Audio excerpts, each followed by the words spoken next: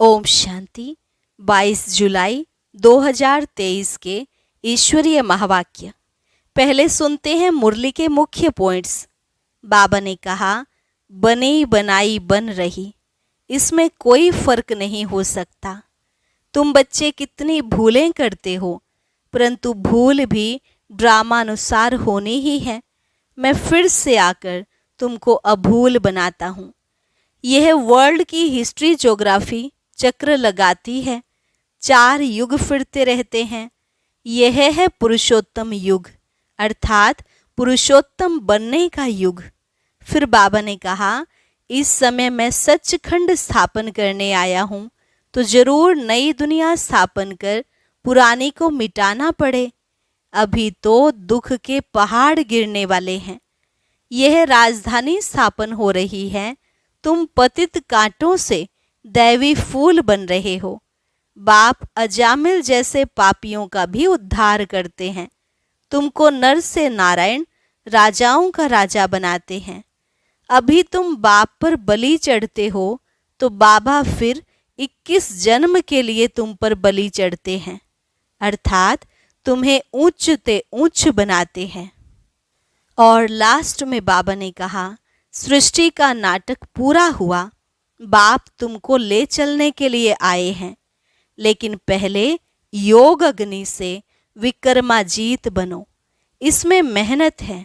शरीर में रहते हुए, गृहस्थ व्यवहार संभालते हुए कमल फूल के समान रहना है। और अब सुनते हैं महावाक्यों को विस्तार से।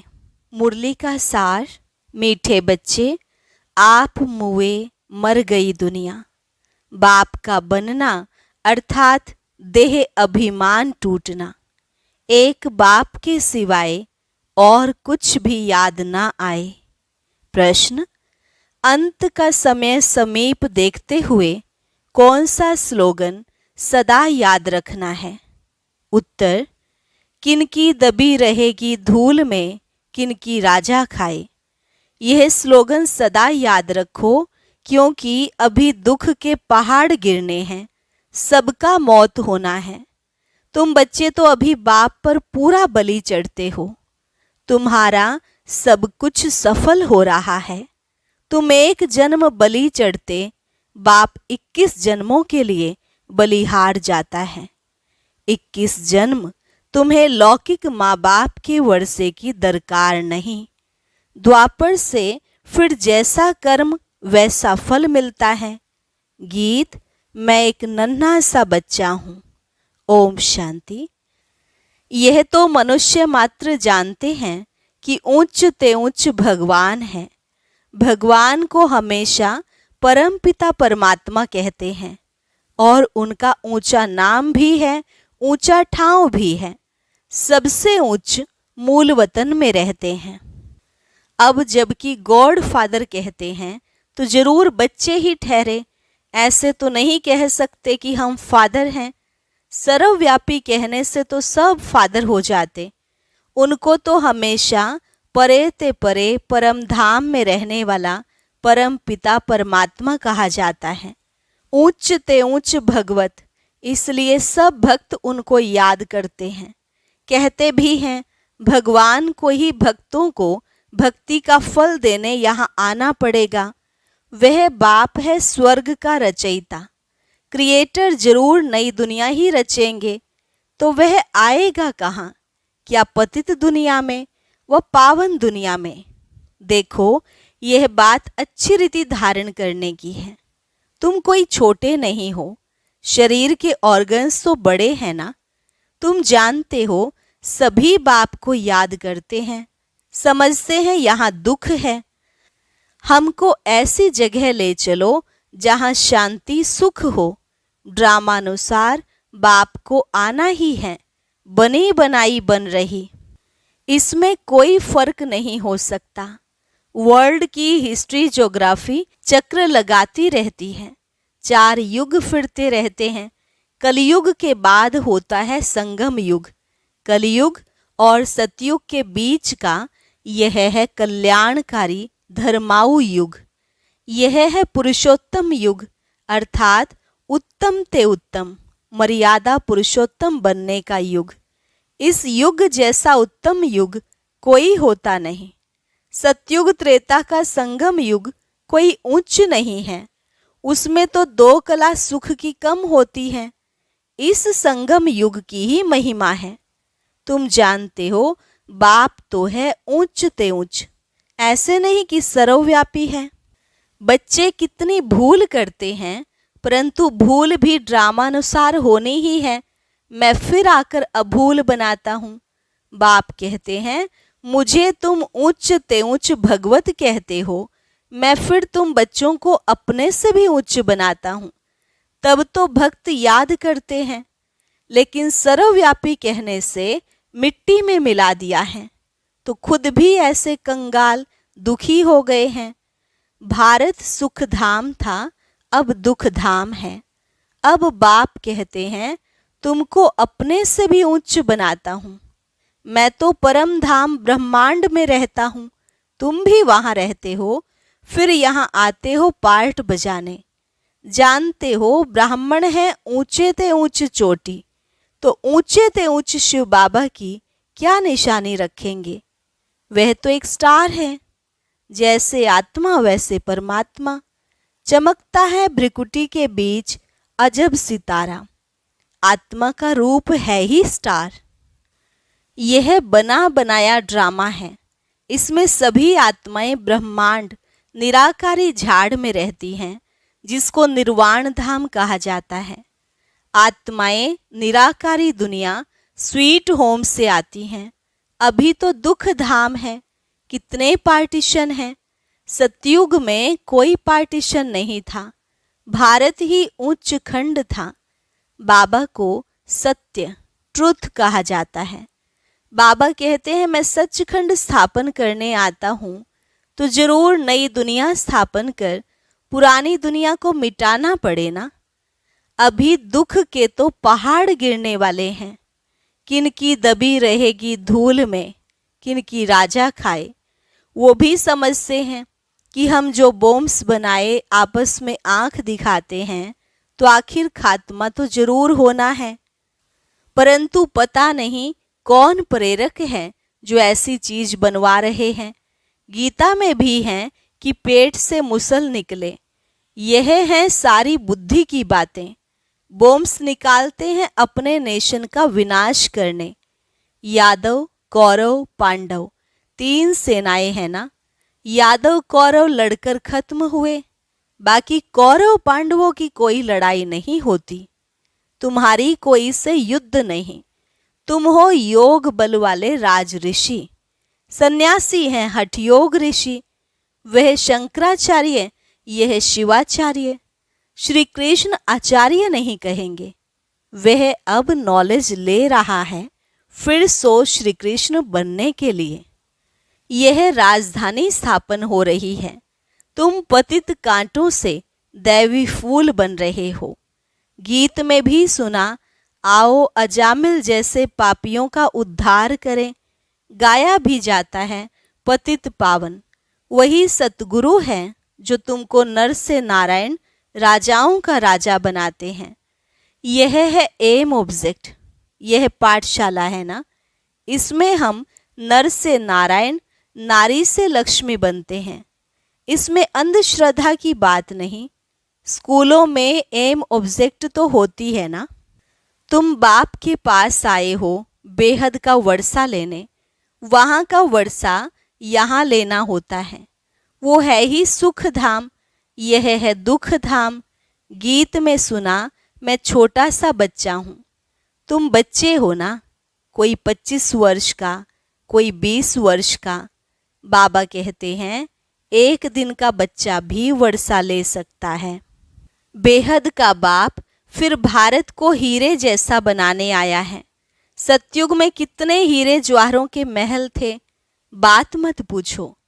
फिर जब भक्ति मार्ग शुरू होता है, तो पतित राजाएं बैठ सोमनाथ जैसा मंदिर बनाते हैं। राजाओं के पास मंदिर होते हैं। आजकल तो बहुत ही मंदिर बनाते रहते हैं। सबसे मुख्य मंदिर किसने बनाया होगा? जो पूज्य से पुजारी बनते हैं, जरूर उन्होंने ही बनाया होगा। आप ही पूज्य, आप ही पुजारी। यह महिमा परमपिता परमात्मा की नहीं है, उनकी महिमा तो सबसे न्यारी है। हर एक मनुष्य की महिमा अलग होती है। ऊंचे ते उच्च महिमा है बाप की, जिससे तुम 21 जन्मों का वर्षा पाते हो। फिर द्वापर से लेकर तुम लौकिक बाप का बच्चा बन जैसे जैसे कर्म करते हो ऐसा जन्म लेते हो। धन दान करने से एक जन्म अल्पकाल सुख का वर्षा मिल जाता है। राजाएं भी तो रोगी बनते हैं ना। स्वर्ग में तुम रोगी नहीं बनते हो। तुम्हारी एवरेज 150 वर्ष आयु रहती है। कितने हेल्दी रहते हो। बीमारी दुख आदि का नाम नहीं। शिव बाबा बच्चों के लिए सौगात ले आते हैं। इसको हथेली पर बहिष्ठ कहा जाता है। पुरुषार्थ करना चाहिए, चाहे सूर्यवंशी बनो, चाहे चंद्रवंशी बनो, चाहे साहूकार प्रजा। एम ऑब्जेक्ट तो है श्री कृष्ण जैसा बनना। बाकी श्री कृष्ण वाच तो कभी हुआ नहीं है। यह है भगवानुवाच। समझाया जाता है यह है रुद्र ज्ञान यज्ञ, राजस्व अर्थात स्वराज्य प्राप्त करने के लिए। शास्त्रों में तो बड़ी कहानी लिख दी है। बाप पर बलि चढ़ने से बाप फिर 21 जन्म बलि चढ़ते हैं। बाप तुम बच्चों को उच्च ते उच्च बनाते हैं। ब्रह्मांड में रहने वाले ब्रह्मांड के मालिक ठहरे ना। फिर तुम विश्व के मालिक बनते हो। मैं विश्व का मालिक नहीं बनता हूँ, तुमको बनाने के लिए आता हूँ। तुम कहते भी हो पतित पावन आओ, आकर पावन बनाओ। फिर सर्वव्यापी कैसे ठहरा। सदगति दाता पतित पावन तो एक ही बाप है। इस समय सभी तमो प्रधान बन गए हैं। सतो रजो तमो से सबको पास करना ही है। हर चीज पहले सतो प्रधान होती है, फिर तमो प्रधान बनती है। सतयुग में भी देवी देवताएं सतो प्रधान, फिर त्रेता में सतो, राम राज्य क्षत्रिय, फिर रजो में वैश्य, तमो में शूद्र वर्ण भी है ना। विराट रूप में देवता क्षत्रिय वैश्य शूद्र दिखाते हैं। बाप और ब्राह्मण गुम कर देते हैं। तुम ब्राह्मण देवताओं से भी उच्च हो, क्योंकि तुम भारत की उच्च सेवा करते हो। तुम हो श्रीमत पर।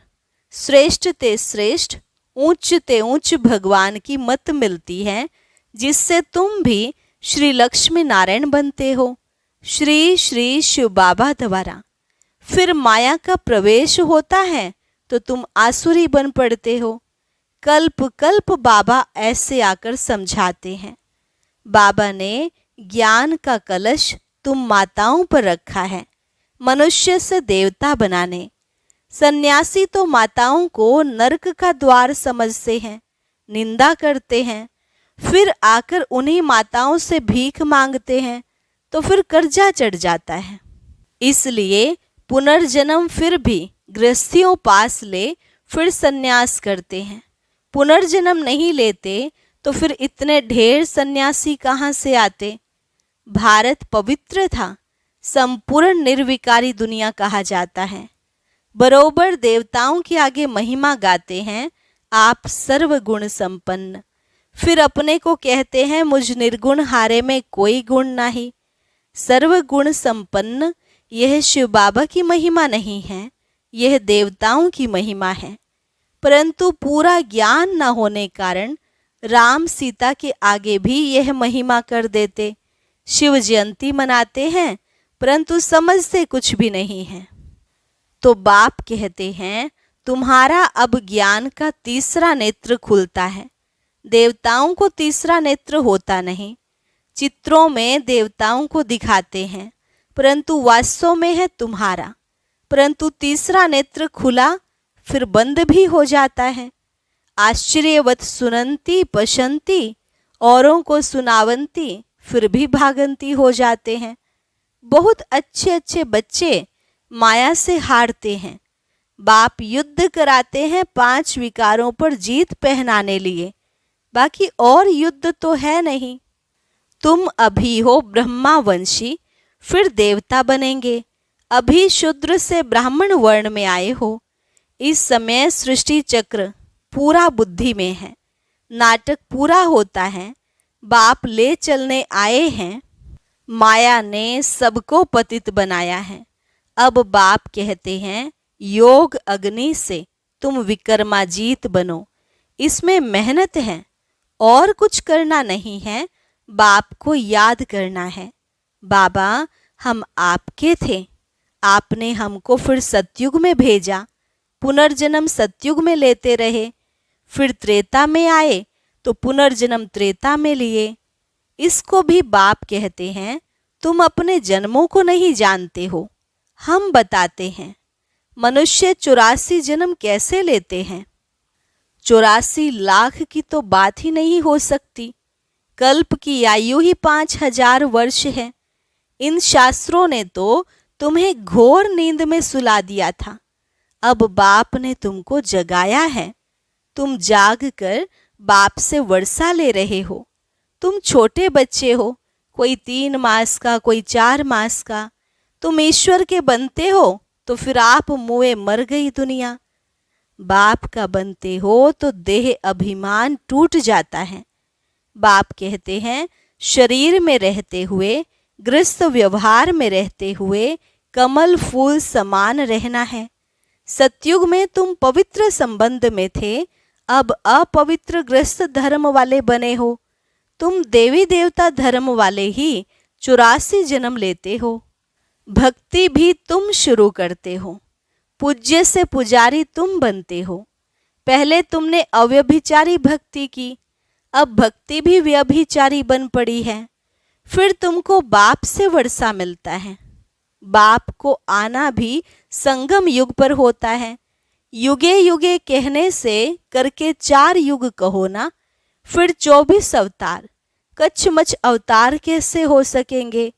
God is one. रचयिता भी एक है तो उनकी रचना भी एक है। अच्छा, मीठे मीठे सिकिल थे बच्चों प्रति मात पिता बाप दादा का याद प्यार और गुड मॉर्निंग। रूहानी बाप की रूहानी बच्चों को नमस्ते। रूहानी बच्चों की रूहानी बाप दादा को नमस्ते नमस्ते, गुड मॉर्निंग। धारणा के लिए मुख्य सार। पहली पॉइंट, स्वराज्य के लिए बाप पर बलि चढ़ना है। एम ऑब्जेक्ट सदा सामने रखनी है। पुरुषार्थ कर सूर्यवंशी बनना है। दूसरी पॉइंट, बाप से जो ज्ञान का तीसरा नेत्र मिला है वह सदा खुला रहे, माया की प्रवेशता न हो जाए, इसका पूरा ध्यान रखना है। योग अग्नि से विक्रमाजीत बनना है। वरदान, सर्व संबंधों से बाप को अपना बनाकर एक रस रहने वाले नष्टो मोहा स्मृति स्वरूप भव। सर्व संबंधों से बाप को अपना बनाकर एक रस रहने वाले नष्टो मोहा स्मृति स्वरूप भव। नष्टो मोहा स्मृति स्वरूप बनने के लिए सर्व संबंधों से बाप को अपना बनाओ। किसी भी दैहिक संबंध में बुद्धि का लगाव ना हो। अगर कहीं भी लगाव होगा तो बुद्धि भटकेगी। बैठेंगे बाप को याद करने और याद वही आएगा जिसमें मोह होगा। किसका मोह पैसे में होता है, किसका जेवर में, किसका किसी संबंध में। जहाँ भी होगा वहाँ बुद्धि जाएगी। अगर बार बार बुद्धि जाती है तो एक रस नहीं रह सकते। स्लोगन, प्रकृति को दासी बना दो तो उदासी दूर भाग जाएगी। प्रकृति को दासी बना दो तो उदासी दूर भाग जाएगी। अच्छा, ओम शांति। अब सुनते हैं आज का अव्यक्त ज्ञान मोती। इसके लिए ऊपर दिए गए बॉक्स पर क्लिक करें।